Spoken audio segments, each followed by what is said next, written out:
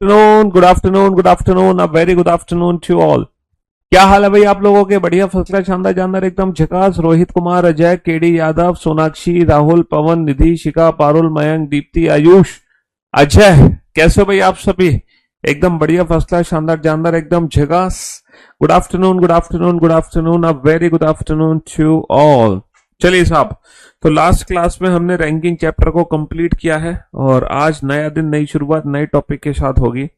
और आज के टॉपिक का जो नाम है मेरे भाई, वो है मशीन इनपुट, है ना। ये जो मशीन इनपुट है ना नाम, ये बेसिकली मशीन इनपुट बेटा, ये बेसिकली जो मशीन इनपुट नाम है, ये कोडिंग डिकोडिंग की एडवांस फॉर्म है। ये किसकी एडवांस फॉर्म है? ये कोडिंग डिकोडिंग चैप्टर की एडवांस फॉर्म है। ठीक है, ये कोडिंग डिकोडिंग चैप्टर की एडवांस फॉर्म है मशीन इनपुट। हाँ जी, ये है कोडिंग डिकोडिंग चैप्टर की एडवांस फॉर्म। इसको हिंदी में मशीन इनपुट ही कहते हैं। इसको हिंदी में क्या कहते हैं? इस टॉपिक का नाम हिंदी में मशीन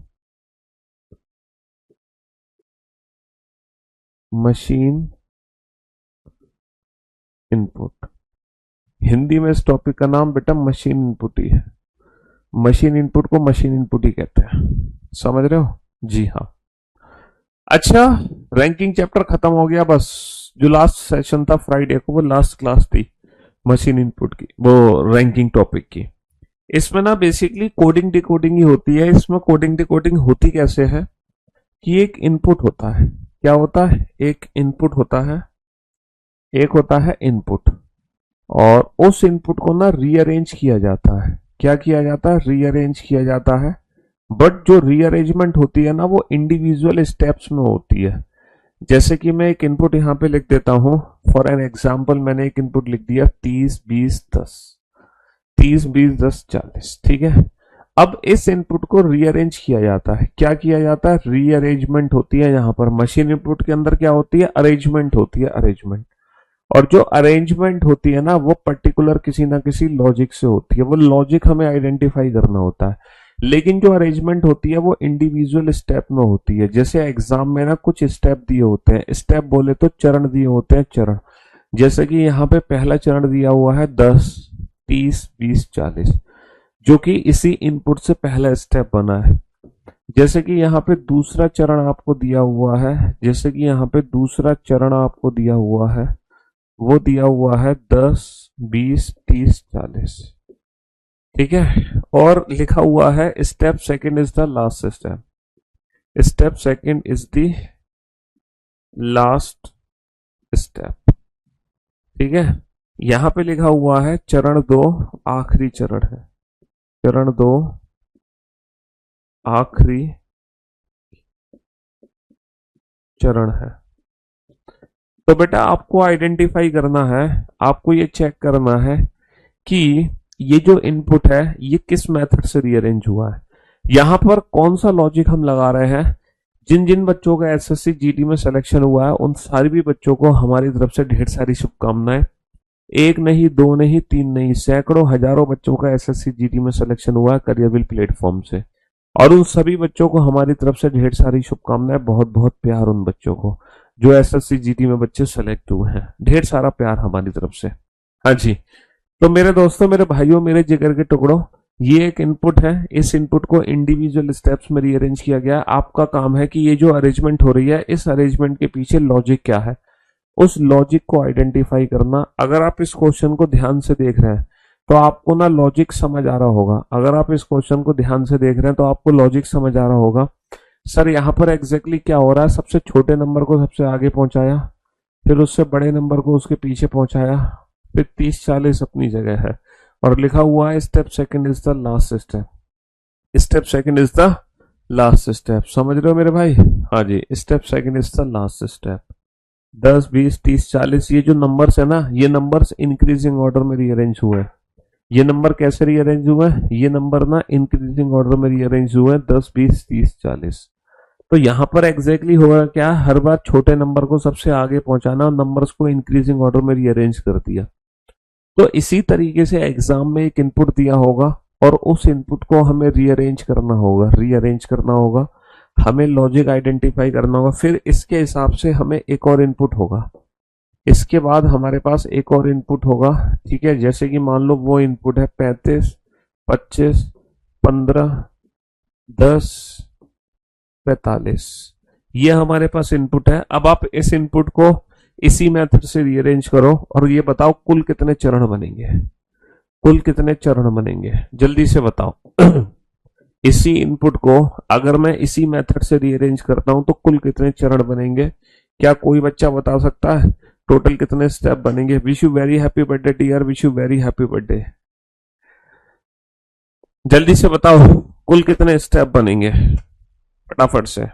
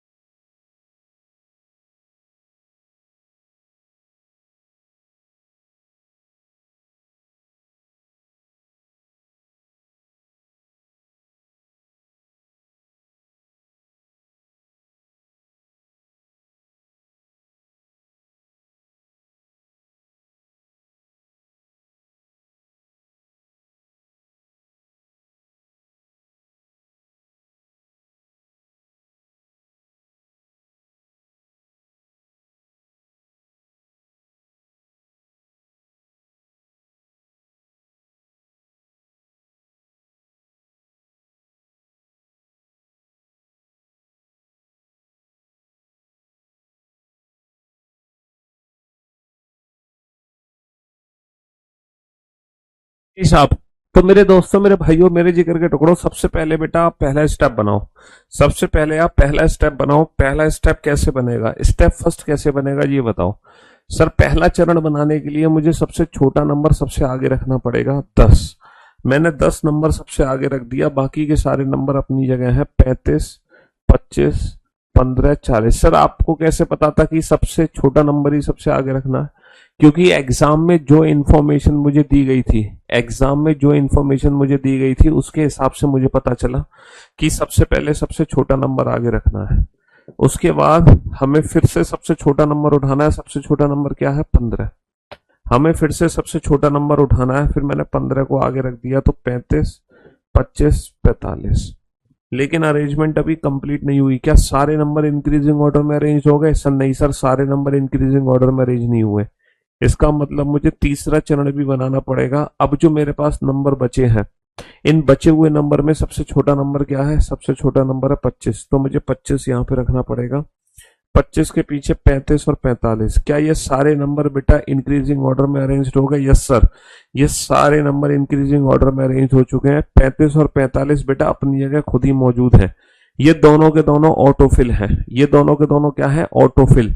मशीन ने इन पर कुछ काम नहीं किया। दीज आर ऑटोफिल, ये खुद ही फिल हो गए, यानी कि बिना किसी इंडिविजुअल स्टेप के ये दोनों नंबर अपनी जगह पे खुद ही मौजूद है। तो बेटा कुल कितने चरण बनेंगे? अगर एग्जाम में पूछा जाए टोटल स्टेप कितने बनेंगे, तो टोटल कितने स्टेप बने? टोटल स्टेप्स बने हैं बेटा 3।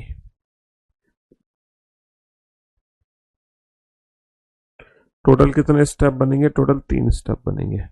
टोटल कितने चरण बनेंगे? टोटल 3 चरण बनेंगे। अब हमारे एग्जाम में हमसे कुल चरण भी पूछ सकता है। या फिर एग्जाम में, हेलो भाई हेलो, या फिर एग्जाम में ये जो इंडिविजुअल स्टेप बने ना, इस इंडिविजुअल स्टेप से रिलेटेड भी इंफॉर्मेशन आ सकती है। क्या सर हमेशा एग्जाम में मशीन इनपुट में जो इनपुट आएगा वो यही वाला इनपुट होगा जिसमें नंबर्स को हमेशा इंक्रीजिंग ऑर्डर में लगाना है? नहीं, हमारे एग्जाम में जो इनपुट आएगा जरूरी नहीं है कि हमेशा नंबर इंक्रीजिंग ऑर्डर में लगे, नंबर्स को डिक्रीजिंग ऑर्डर में भी लगाया जा सकता है। क्या सर ये जरूरी है हर बार छोटे नंबर को ही आगे उठाना है? नहीं, हो सकता है बड़े नंबर को उठाएं। क्या ये जरूरी है कि ये अरेंजमेंट लेफ्ट पर ही होगी? नहीं सर, ये अरेंजमेंट राइट हैंड साइड पर भी हो सकती है, हम नंबर्स को राइट हैंड साइड पर भी पहुंचा सकते हैं। देखो मशीन इनपुट के जो क्वेश्चंस हैं वो बैंकिंग एग्जाम्स में आते हैं, है ना। एक बार हमारे यूपीएसआई के एग्जाम्स में भी पूछे गए थे, है ना। एक बार यूपीएसआई के एग्जाम में भी पूछा गया है क्वेश्चन मशीन इनपुट का, और बैंक में तो आता ही है, यूपी पुलिस के एग्जाम में आया है। ठीक है, कहने का मतलब है यूपी के एग्जाम्स में आ सकता है। बाकी अगर मैं एसएससी की बात करूं तो एसएससी के एग्जाम में मशीन इनपुट का आज तक कभी भी कोई भी क्वेश्चन नहीं पूछा गया, एसएससी के एग्जाम में कभी नहीं पूछा गया। ठीक है जी हाँ, लेकिन ये जरूरी नहीं है कि आने वाले समय में क्वेश्चन ना आए, क्योंकि ये कोडिंग डिकोडिंग की ही एडवांस फॉर्म है ना। ये कोडिंग डिकोडिंग की एडवांस फॉर्म है बेटा, समझेंगे हम यहाँ से, ये जो हमें जानकारी दी गई है इसके हिसाब से समझेंगे। तो मैं आपको ये कहना चाह रहा था कि हमारे एग्जाम में जो इनपुट्स होते हैं वो इनपुट्स कितने टाइप्स के होते हैं, है ना। हमारे एग्जाम में इनपुट कितने टाइप्स के होते हैं, जरूरी नहीं है कि जो इनपुट है वो हमेशा नंबर्स की फॉर्म में ही हो, जरूरी नहीं है कि इनपुट्स हमेशा नंबर्स की फॉर्म में ही हो, लाइक दैट। ठीक है, ये चीज जरूरी नहीं है कि इनपुट हमेशा नंबर्स की फॉर्म में ही हो। हमारे एग्जाम में इनपुट अल्फाबेट की फॉर्म में भी हो सकते हैं, हमारे एग्जाम में जो इनपुट है वो अल्फाबेट की फॉर्म में भी हो सकते हैं, लाइक दैट। ठीक है, अल्फाबेट की फॉर्म में भी इनपुट हो सकता है। सर हमारे एग्जाम में जो इनपुट हो सकता है वो वर्ड और नंबर दोनों का कॉम्बिनेशन हो सकता है, वर्ड और नंबर दोनों का कॉम्बिनेशन हो सकता है। ठीक है, जरूरी नहीं है कि, हाँ जी, हमारे एग्जाम में जो इनपुट होगा वो वर्ड और नंबर दोनों की, है ना, वर्ड और नंबर दोनों का मिक्सअप भी हो सकता है, वर्ड और नंबर दोनों का मिक्सअप भी हो सकता है, लाइक दैट। ठीक है, हमारे एग्जाम में इनपुट ऐसा भी आ सकता है, ऐसा भी आ सकता है और ऐसा भी आ सकता है, कोई भी इनपुट हमारे एग्जाम में आ सकता है। इन तीनों में से कोई भी इनपुट हमारे एग्जाम में आ सकता है। ठीक है, हमारे एग्जाम में इनपुट सिर्फ नंबर्स की फॉर्म में भी हो सकता है, सिर्फ वर्ड की फॉर्म में भी हो सकता है। वर्ड्स रीअरेंजमेंट होते हैं बेटा, कोडिंग डिकोडिंग का लॉजिक लगता है, या फिर वर्ड्स और नंबर दोनों की फॉर्म में भी हो सकता है। कुछ डिफरेंट टाइप के इनपुट भी हमारे एग्जाम में आजकल बनने लगे हैं, जैसे लाइक दैट, इस तरीके से इनपुट भी हमारे एग्जाम में बनने लगे हैं, कुछ इस प्रकार। ठीक है, ये भी इनपुट, कुछ ऐसे इनपुट हमारे एग्जाम में बनने लगे हैं, इनके अंदर कुछ कुछ नंबर्स लिखे रहते हैं। ठीक है, इस तरीके से नंबर, कुछ भी नंबर हो सकते हैं, उससे फर्क नहीं पड़ता, उससे फर्क नहीं पड़ता कि इनके अंदर नंबर्स क्या क्या है। ऐसा भी इनपुट हमारे एग्जाम में देखने को मिल सकता है हमें।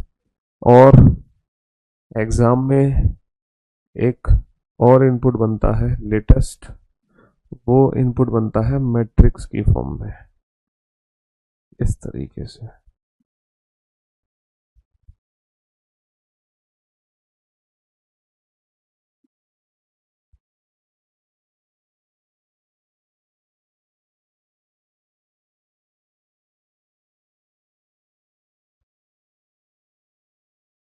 इस तरीके से इनपुट एग्जाम में बन सकता है। ठीक है, इस तरीके से इनपुट हमारे एग्जाम में बन सकता है। ठीक है,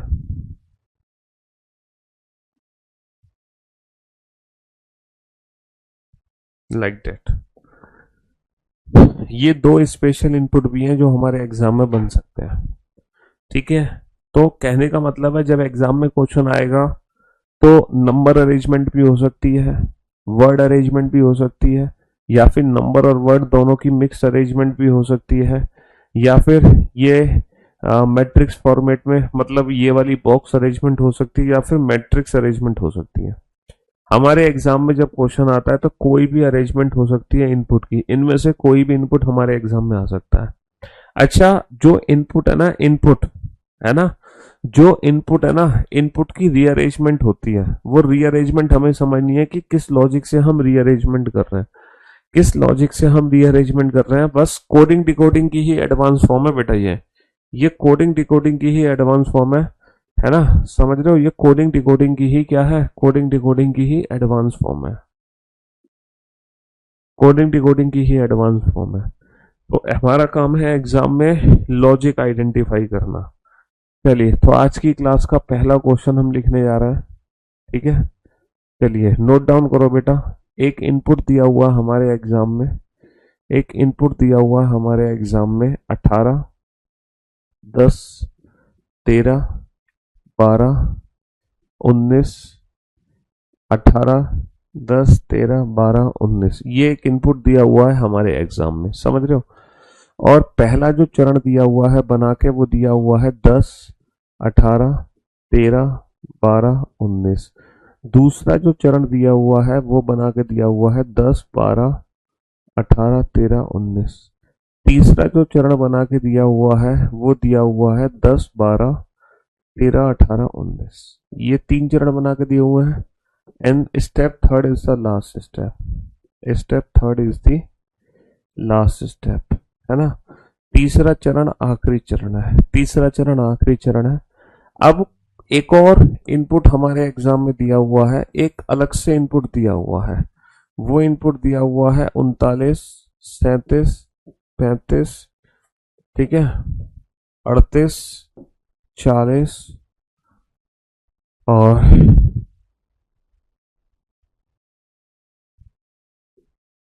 36। ये एक अलग से इनपुट दिया हुआ है। अब हमसे पूछा गया है, इस इनपुट से रिलेटेड कुछ क्वेश्चन हमसे पूछे गए हैं। पहला क्वेश्चन हमसे पूछा जा रहा है, पहला क्वेश्चन हमसे क्या पूछा जा रहा है, पहला क्वेश्चन हमसे पूछा जा रहा है, how many steps are needed, कुल कितने चरण बनेंगे। How many steps are needed, कुल कितने चरण बनेंगे। जब मैं इस इनपुट को इस मेथड से रीअरेंज करूंगा तो कुल कितने चरण बनेंगे। दूसरा क्वेश्चन हमसे पूछा जा रहा है, third from left, third from left hand in second step, दूसरे चरण में, दूसरे चरण में, हिंदी में लिख लो बेटा, हिंदी में लिखा होगा दूसरे चरण में, दूसरे चरण में बाएं से तीसरी संख्या कौन सी है।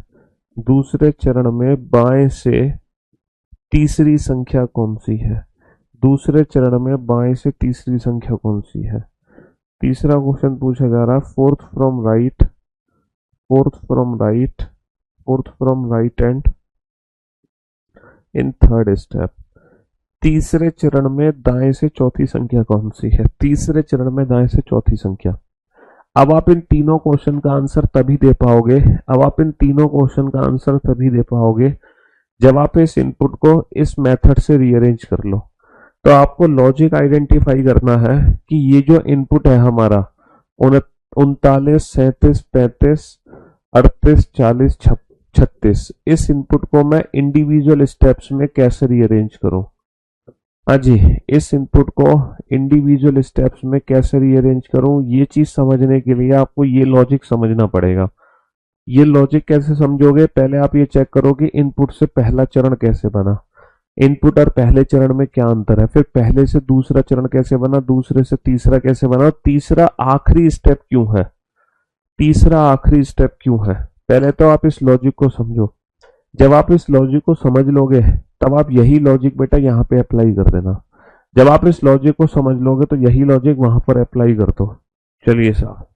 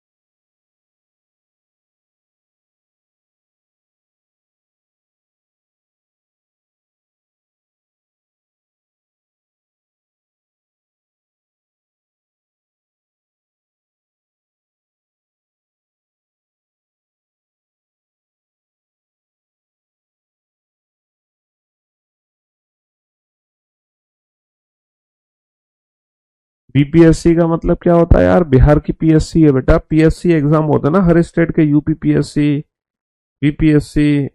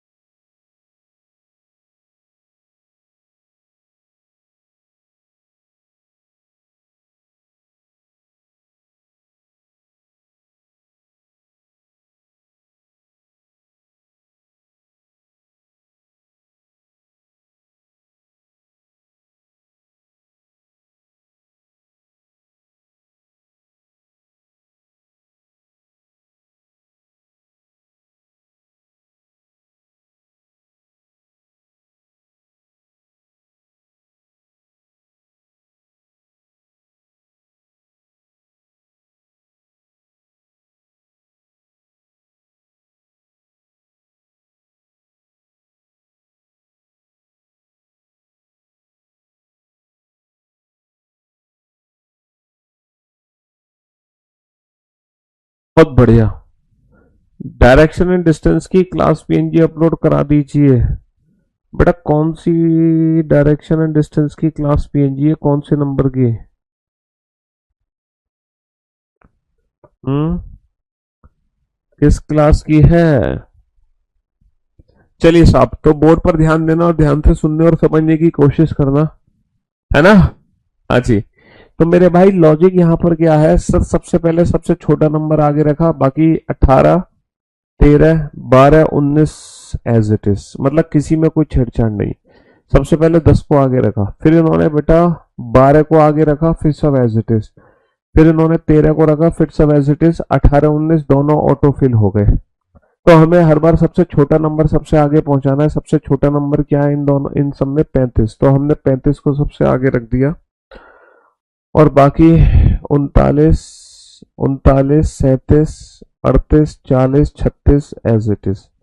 समझ रहे हो?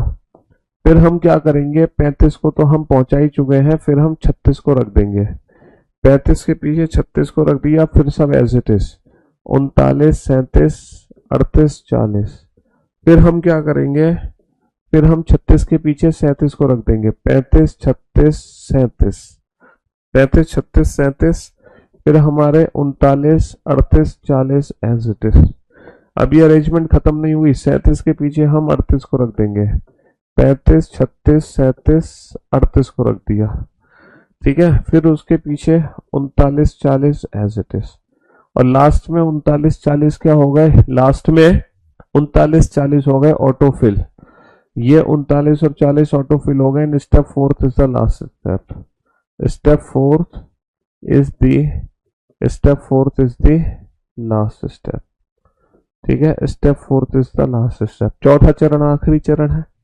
चौथा चरण आखिरी चरण हो गया। चलिए साहब, अब हमसे कौन कौन से प्रश्नों के उत्तर जानकारी चाहिए? How many steps are needed?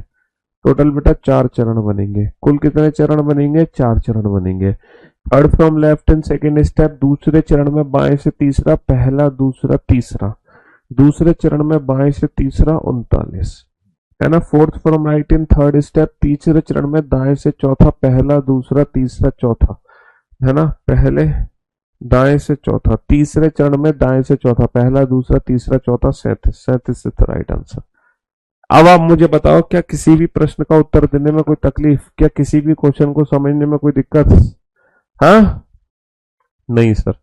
इन तीनों क्वेश्चन के आंसर हमने दे दिए, सिर्फ पहले हमें लॉजिक समझना पड़ेगा, उस लॉजिक को समझने के बाद ही हम आंसर दे सकते हैं। चलिए साहब, तो इस बार जो हमें इनपुट दिया हुआ है, इस बार जो हमें इनपुट दिया हुआ है वो कुछ ऐसे है। इस बार जो हमें इनपुट दिया है वो कुछ ऐसे है, 40, 30, 10, 60, 20, 80, 50,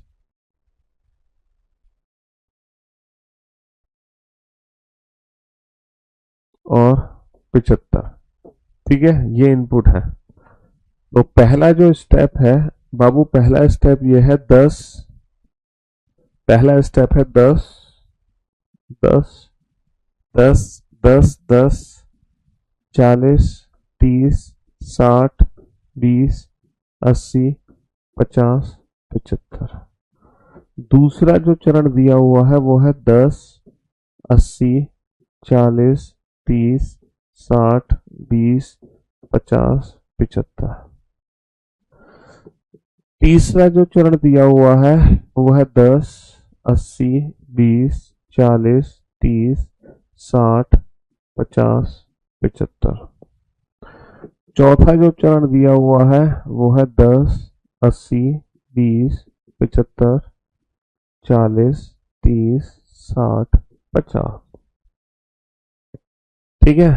पांचवा जो चरण दिया हुआ है वो है 10, 80, 20, 75, 30,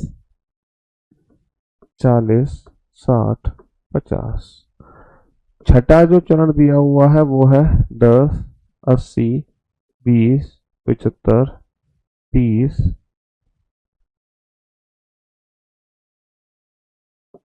60, 40, 50। And step 6 is the last step. Step 6 is the last step. यह आखिरी चरण है बाबू, ये आखिरी चरण है, ये आखिरी चरण है।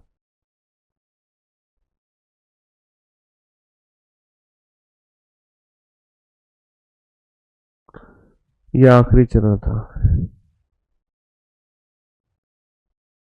ठीक है, अब आप इस लॉजिक को समझो कि किस लॉजिक से ये रीअरेंजमेंट हो रही है। यहाँ पे चल के आ रहा है कि किस लॉजिक से हमने ये रीअरेंजमेंट करी है, और उस लॉजिक को जब आप आइडेंटिफाई कर लो तो एक अलग से इनपुट और दिया जाएगा तुम्हें, एक अलग से इनपुट और दिया जाएगा।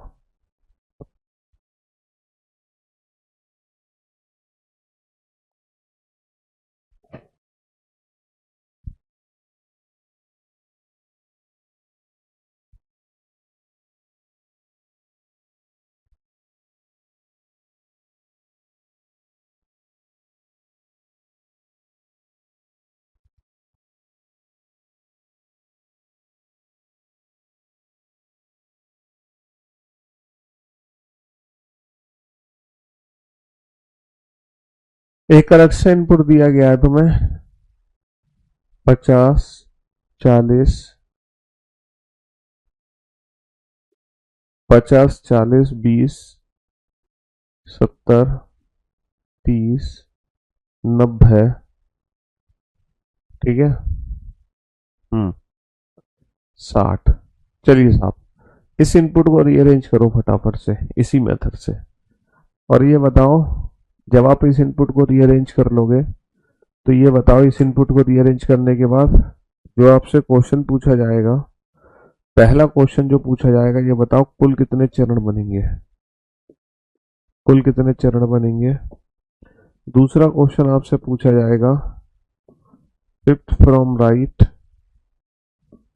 In fifth step. अगला क्वेश्चन जो पूछा जाएगा वो पूछा जाएगा fourth from left in six step. चलिए इन तीनों क्वेश्चन के आंसर दो फटाफट से। इन तीनों क्वेश्चन के आंसर दो फटाफट से, है ना? हाँ जी। तरनुम, तरनुम, तरनुम, तरनुम क्या हो गया भैया? किसी भी क्लास की पीएनजी नहीं है? किसी भी नंबर की पीएनजी नहीं है? क्यों भैया किसी भी क्लास की पीएनजी क्यों नहीं है? क्या कहना चाह रहे हो तुम? ऐसे कैसे नहीं है किसी भी क्लास की पीएनजी? हाँ सर, मैं सीजीएल में हूँ, फर्स्ट ईयर में, टाइम मैनेज नहीं कर पा रही हूँ, कर पा रहा हूँ कि प्रिपरेशन कैसे करूँ, कुछ एडवाइस दे दीजिए प्लीज। भैया एडवाइस, एडवाइस तो भैया हमारी तरफ से पूरी है आपको। आप अपना टाइम मैनेज खुद करो बेटा, पहले आप ना सिलेबस कंप्लीट करो और रिवीजन करते रहो, सिलेबस कंप्लीट करते रहो। फिर एक बार जब सिलेबस कंप्लीट हो जाए, है ना, रिवीजन के साथ, फिर उसके बाद तुम चैप्टर वाइज प्रैक्टिस और मॉक टेस्ट। अभी तुम्हारे पास टाइम कम है ना, तो तुम चैप्टर वाइज प्रैक्टिस और मॉक टेस्ट तुम बाद में करना। अभी फिलहाल तुम सिर्फ क्लास के क्वेश्चन और रिवीजन करते रहो बस, इसके अलावा कुछ मत करो। क्योंकि अभी तुम्हारे पास 3 साल हैं, तो 3 साल में पहले तुम सिलेबस कंप्लीट कर लो, फिर बाद में तुम वो कर लेना प्रैक्टिस।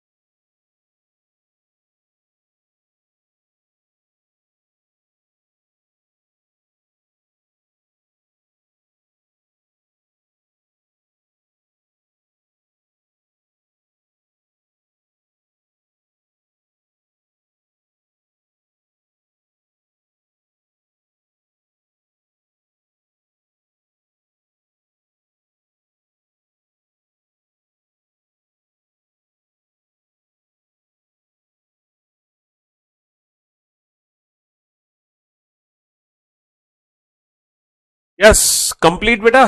चलिए साहब, अब आप लोग बोर्ड पे ध्यान देना, ध्यान से समझना। तो डायरेक्शन एंड डिस्टेंस की पीएनजी पता चल गई आपको कहां पर है। वो पीएनजी, वो कुछ पीएनजी है, देखो अभी जो क्लास पीएनजी है वो नोट सेक्शन में अपलोडेड है, लेकिन कुछ जो क्लास पीएनजी है वो नोट्स में पीएनजी पे जाके क्लिक करना पड़ता है, तब दिखाई देती है।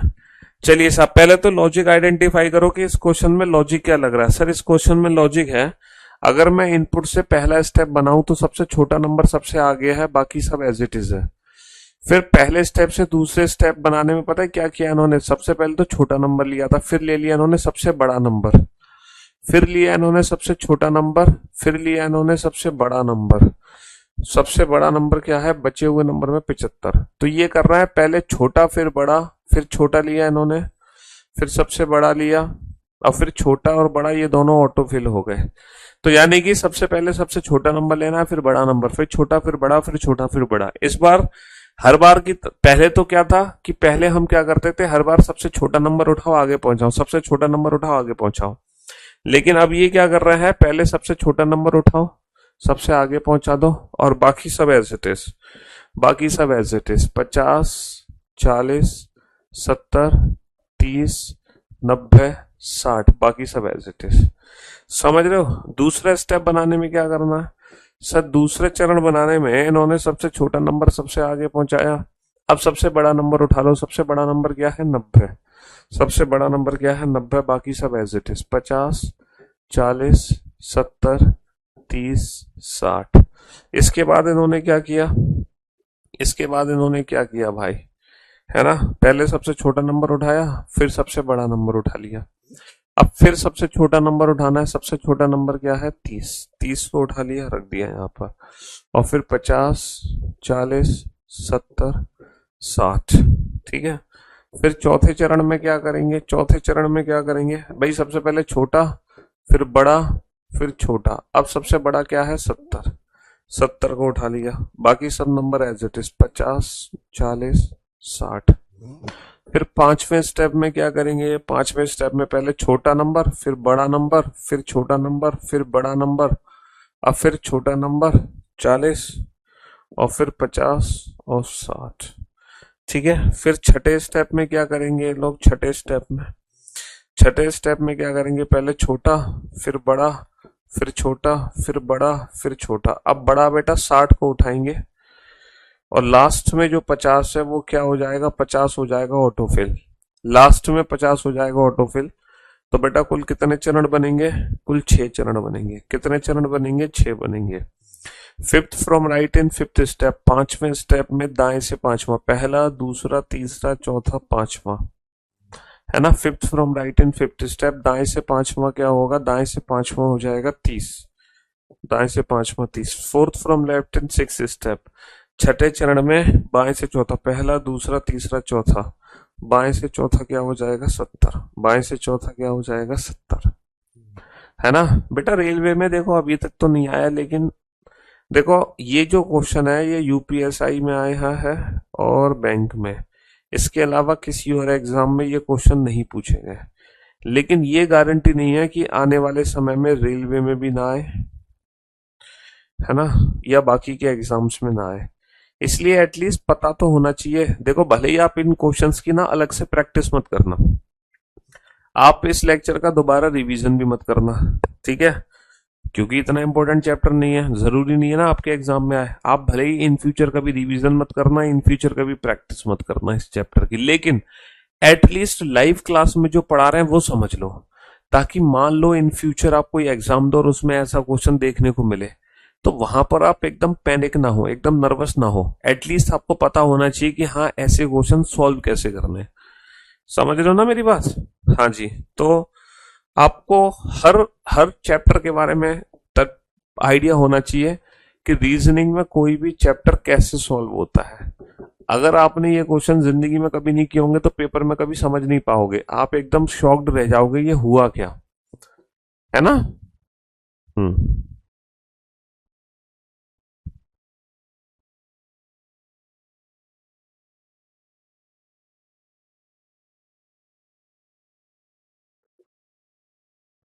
ये इनपुट है, ये इनपुट बेटा वर्ड की फॉर्म में है। ये इनपुट हमारा वर्ड की फॉर्म में है। यहाँ पे नंबर्स का यूज नहीं किया जा रहा है, यहाँ पे सिर्फ और सिर्फ वर्ड का यूज किया जा रहा है। पहला जो स्टेप बनाया है इन्होंने, पहला स्टेप वो बनाया है and close clean are liked by boy, ये पहला स्टेप बनाया है। अच्छा, दूसरा जो स्टेप बनाया है इन्होंने वो बनाया है and are close clean liked by boy. ठीक है। तीसरा जो स्टेप बनाया है इन्होंने वो बनाया है and are boy close clean liked by. चौथा जो स्टेप बनाया है इन्होंने वो बनाया है and are boy by close clean light. समझ रहे हो, ये 4 स्टेप बनाए हैं इन्होंने। कितने स्टेप बनाए? ये 4 स्टेप बनाए हैं। लेकिन एक और स्टेप यहाँ पे बनाया गया है and are boy by clean close light, है ना। एंड यहाँ पे लिखा गया है step fifth is the last step, step fifth is the last step. पांचवा चरण आखिरी चरण है। पांचवा चरण क्या है? पांचवा चरण आखिरी चरण है। ये लिखा गया है पांचवा चरण आखिरी चरण है। Step 5 is the last step, step 5 is the last step. पांचवा चरण आखिरी चरण है। अब एक अलग से इनपुट हमें दिया गया है, एक अलग से इनपुट हमें दिया गया है। ठीक है, pen and pencils are sent by boy. इस इनपुट को रीअरेंज करो और इस इनपुट को रीअरेंज करने के बाद कुछ क्वेश्चंस के आंसर दो। पहला क्वेश्चन पूछा है टोटल कितने स्टेप बनेंगे। ठीक है, दूसरा क्वेश्चन पूछा है fourth from right in fourth step. और तीसरा क्वेश्चन पूछा गया है 6 फ्रॉम लेफ्ट इन 6 स्टेप। इन तीनों क्वेश्चन के आंसर दो फटाफट से। वीओडी से पढ़ो बेटा, कोई दिक्कत नहीं है। वीओडी से क्या दिक्कत है आपको? कोई परेशानी नहीं है वीओडी से पढ़ने में। तसल्ली से पढ़ो, मजे से पढ़ो वीओडी से। चलो बेटा, इस इनपुट को रीअरेंज करो इंडिविजुअल स्टेप्स में। जल्दी से रीअरेंज करो, लॉजिक समझो खुद ही।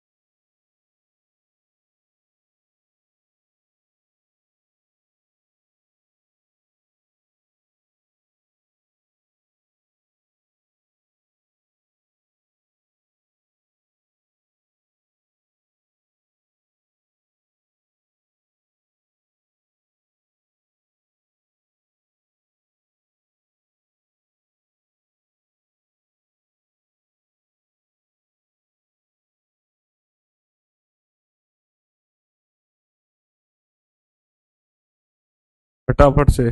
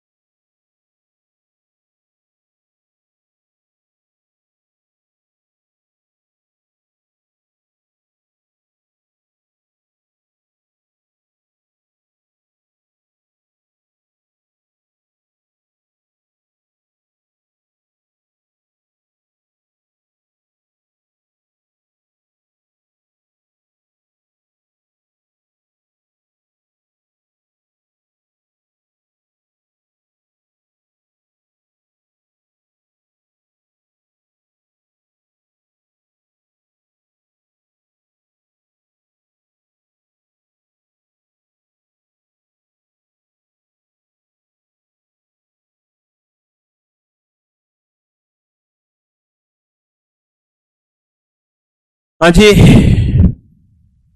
बन गए बेटा।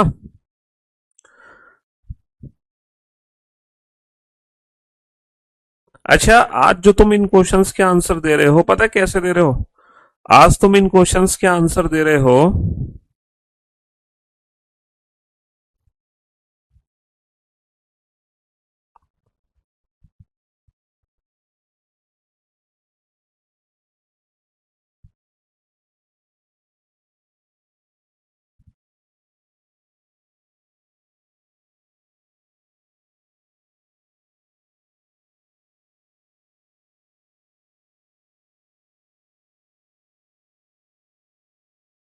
आज तुम इन क्वेश्चंस के आंसर दे रहे हो इंडिविजुअल स्टेप बना के, लेकिन कल बेटा इन क्वेश्चंस के आंसर बिना इंडिविजुअल स्टेप बनाए दोगे।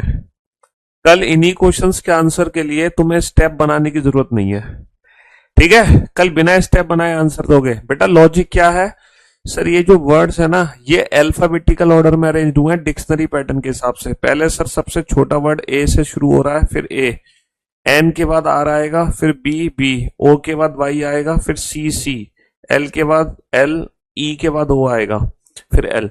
तो अल्फाबेटिकल ऑर्डर के हिसाब से ये रीअरेंजमेंट हो रही है। अब अल्फाबेटिकल ऑर्डर के हिसाब से अरेंजमेंट हो रही है तो बेटा मैं पेन को क्या लिख सकता हूं, मैं इनपुट